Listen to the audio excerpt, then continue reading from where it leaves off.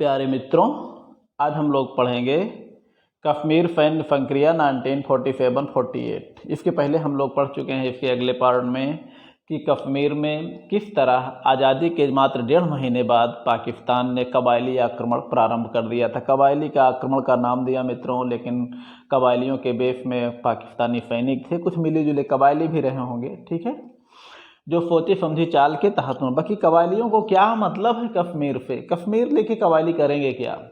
अरे भाई, राज्य की जरूरत तो दूसरे राज्य की ही वही होती है ना। कबायली क्या करेंगे कश्मीर? चलिए आगे देखते हैं। तो वही चीज़ है, आक्रमण वहाँ से उन्होंने करना शुरू कर दिया था। पाकिस्तान ने अमेरिकी स्वार्थ सिद्ध की नीति से प्रभावित होकर यथास्थिति समझौते को तोड़ते हुए कश्मीर की आर्थिक नाकेबंदी प्रारंभ की। इसके पहले हम लोग पढ़ चुके हैं। पाकिस्तान ने लाहौर, जम्मू तथा रावलपिंडी श्रीनगर मार्ग को व्यापार के लिए बंद कर दिया। वही मित्रों जो उसके पहले पढ़ चुके हैं हम, जब उसने नाकेबंदी प्रारंभ कर दी, स्थिति यानी कश्मीर की सप्लाई को उसने रोक दिया। इसको हम पिछले पार्ट में भी थोड़ा सा पढ़ चुके हैं, इसमें हम थोड़ा सा विस्तार में पढ़ लेंगे। श्रीनगर मार्ग व्यापार के लिए बंद कर दिया, जिससे कश्मीर को पाकिस्तान से कपड़ा, पेट्रोल, नमक, शक्कर आदि की आपूर्ति बंद हो गई। मित्रों, कश्मीर आने के लिए पाकिस्तान से होकर आना सरल है, जबकि भारत की ओर से कश्मीर जाना कठिन है, क्योंकि इधर के मार्ग जो है दुर्गम है, पहाड़ी क्षेत्र है।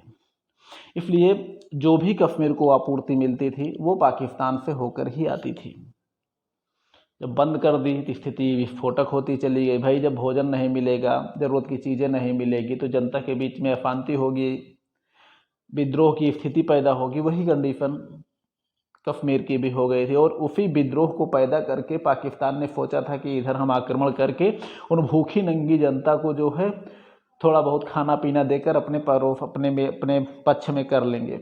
इसीलिए स्थिति को वहाँ के विस्फोटक बनाकर खुद जो है विस्फोटक रूप धारण करके उस पर आक्रमण करने के लिए, उस क्षेत्र पर अधिकार करने के लिए कश्मीर को उसने कबायली आक्रमण प्रारंभ कर दिया। इस नाकेबंदी का परिणाम स्वरूप जनता में असंतोष फैल गया।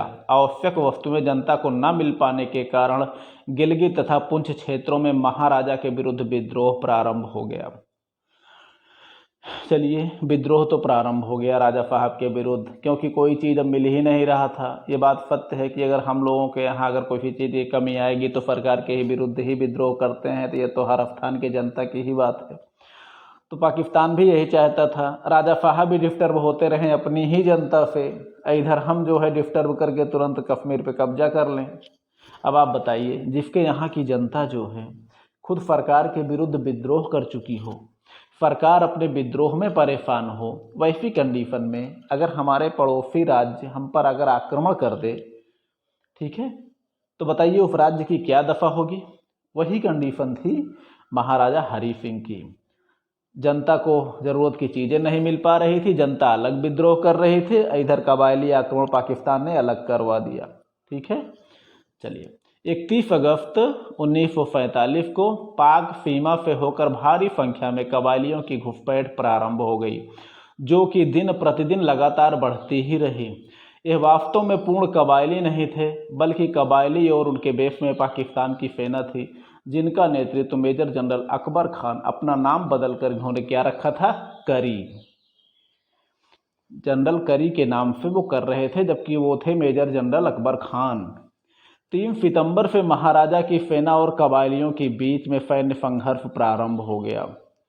युद्ध क्षेत्र में पाकिस्तान ने उन किसानों को धर्म युद्ध के नाम पर भड़काया, जो द्वितीय विश्व युद्ध में सैन्य सेवा कर चुके थे। अर्थात द्वितीय विश्व युद्ध में आपको जैसे पढ़ चुके हैं कि द्वितीय विश्व युद्ध में भारतीयों की मिलीजुली सेना अंग्रेजों के पक्ष में लड़ने के लिए जो गई थी, लगभग 10-12 लाख या 20-25 लाख हो गई थी। जैसे ही द्वितीय विश्व युद्ध समाप्त हुआ, चूंकि वो सैनिक लड़ने का अभ्यास तो प्राप्त था ही, ट्रेनिंग भी प्राप्त था, उनको ट्रेनिंग भी कर चुके थे, तो अपने अपने घरों पर जो लौटे थे, कश्मीर के जो भी नौजवान उसमें जो है उस युद्ध में लड़ाई लड़ चुके थे, उनको भी इस बात के लिए भड़काया महाराजा के नाम पर धर्म युद्ध। धर्म युद्ध का मतलब जिहाद, जिहाद का नाम मतलब मुसलमान हो तो मुसलमान का साथ दो। अर्थात यहाँ के हे कश्मीर के नौजवानों, हे कश्मीर के मुस्लिम नौजवानों, अगर आप वास्तव में अगर आप लोग अल्लाह को मानते हैं तो अपने धर्म के लोगों का सपोर्ट करो, अर्थात पाकिस्तान का सपोर्ट करो। यही है धर्म युद्ध। धर्म युद्ध या जिहाद का नाम दिया कि हम हिंदू के विरुद्ध मुस्लिम, हिंदुओं के विरुद्ध मुस्लिमों का युद्ध, मुस्लिमों के विरुद्ध हिंदुओं का युद्ध, तो ये जो है जिहाद के नाम पर इन्होंने भड़काया था। ठीक है, किसको? उन पाकिस्तानी किसानों को। भाई मुस्लिम जनता अधिकांश है तो किसान भी ज़्यादा मुस्लिम ही होंगे।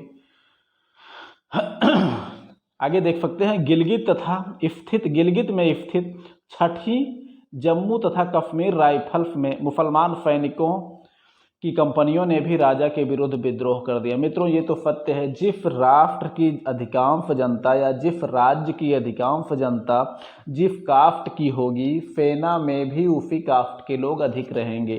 तो ऐसी स्थिति में महाराजा की सेना में भी मुस्लिम अधिक थे, तो उन मुस्लिम सैनिकों की कंपनियां ने सीधा राजा साहब के ही विरुद्ध विद्रोह कर दिया। बताइए, जो सैनिक अपने राष्ट्र की हिफाजत के लिए भर्ती किए गए थे और अपने ही राष्ट्र के ऊपर अगर वो भस्मासुर बन जाएंगे तो ऐसी कंडीशन में उस राष्ट्र के अध्यक्ष की क्या दशा होगी। यही कंडीशन थी जम्मू कश्मीर की। भाई कश्मीर पर अगर कबायली आक्रमण हुआ था तो कश्मीर की सेना का दायित्व क्या था? वो कबायलियों को रोके, कबायलियों से युद्ध करे, ना कि जो है अपने ही राज्य में कबायलियों या आक्रमणकारियों का साथ देना शुरू कर दे। तो वही कंडीशन यहाँ कश्मीर की थी। मुस्लिमों ने, पाकिस्तानियों ने आक्रमण किया था, यहाँ के मुसलमान सैनिक जो थे, जो महाराजा के सैनिक थे, इन्होंने पाकिस्तानियों का ही साथ देना प्रारंभ कर दिया और अपने राज्य के लिए क्या बन गए? भस्मासुर। अब देखिए, कश्मीर राज्य मुस्लिम बाहुल्य जनसंख्या होने के कारण कश्मीर की सेना में मुसलमानों की संख्या अधिक थी। वह भी बुरे वक्त में अपनी ही रियासत के लिए भस्मासुर साबित हो रही थी। महाराजा के पास मात्र 7 बटालियन सेना थी जो इस विद्रोही आक्रमण को रोकने के लिए विफल रही। एक तो कबायली आक्रमण किए थे और दूसरे यहाँ के मुस्लिम सैनिक भी उनका साथ देना शुरू कर दिए।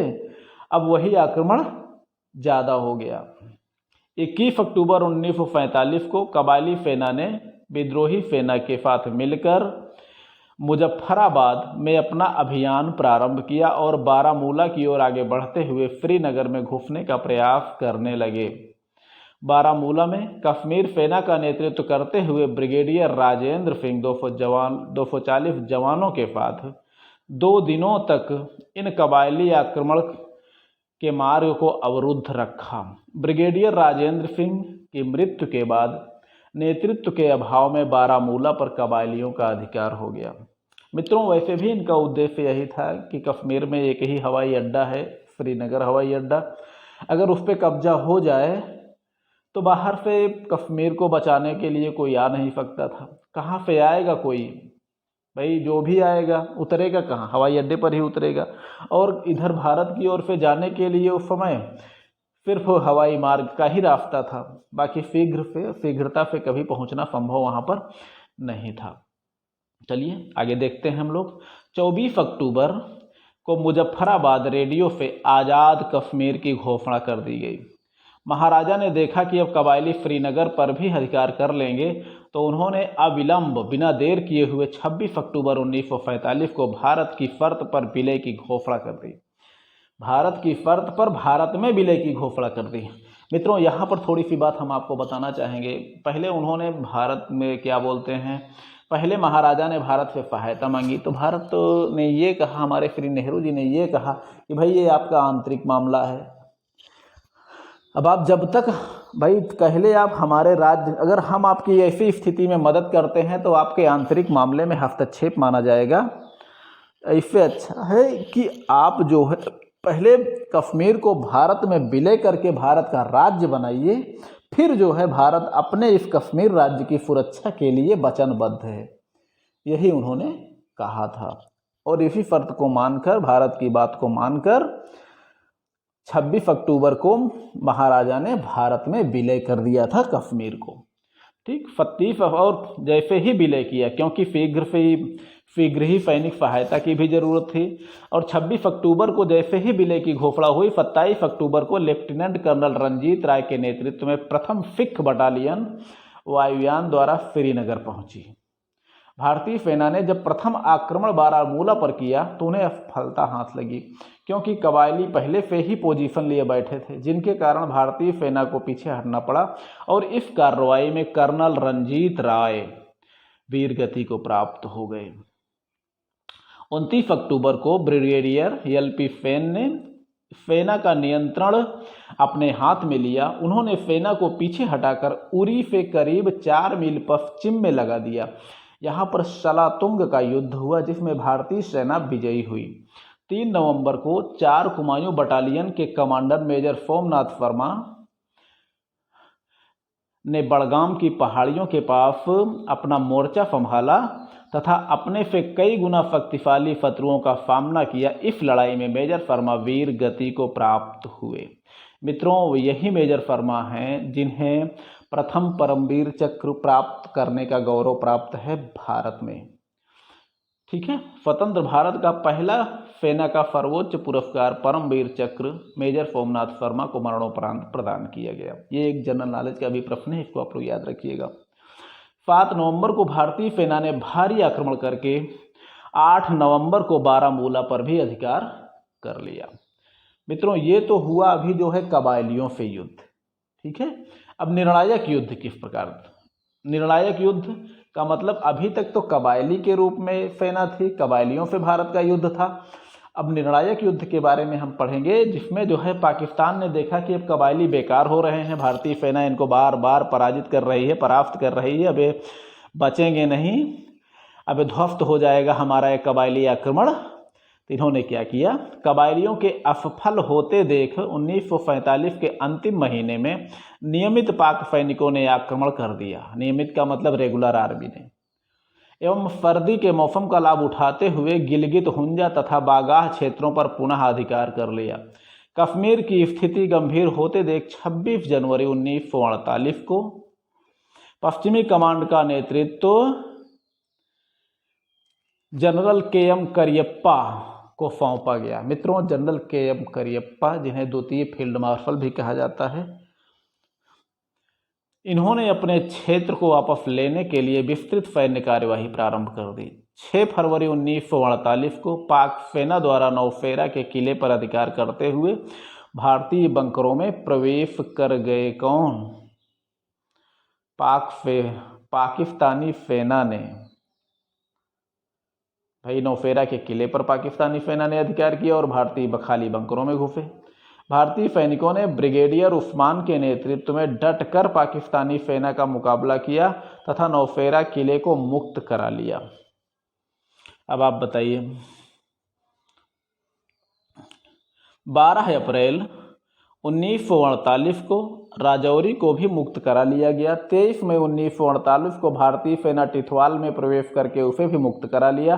3 जुलाई 1948 को भयंकर पाक आक्रमण में ब्रिगेडियर उस्मान को वीर गति प्राप्त हुई। अब आप यहाँ पर देख सकते हैं मित्रों, जैसे कहा जाता है ना, हर मुस्लिम विद्रोही नहीं होता। एक मुस्लिम सेना के विरुद्ध एक मुस्लिम भारत के पक्ष में लड़ा। उस समय राष्ट्र में दंगे फैल रहे थे, ब्रिगेडियर उस्मान। लेकिन ऐसे सच्चे देशभक्तों को सबको प्रणाम करना चाहिए। भाई, ब्रिगेडियर उस्मान हो गए, उसके बाद 65 की लड़ाई में हमारे वीर अब्दुल हमीद हो गए। आज भी हमारी सेना में बहुत से मुस्लिम अधिकारी भरे हुए हैं जो कि भारत के लिए युद्ध करते हैं। ठीक है, हाँ, कुछ कहीं कहीं पर कुछ ऐसे होते हैं जो गड़बड़ी पैदा कर देते हैं, कुछ गद्दार मिल जाते हैं, लेकिन सभी जो है ऐसे नहीं होते। चलिए ठीक है, आगे हम लोग पढ़ते हैं। तो ब्रिगेडियर उस्मान को कोटि कोटि प्रणाम, और ऐसे वीर सपूत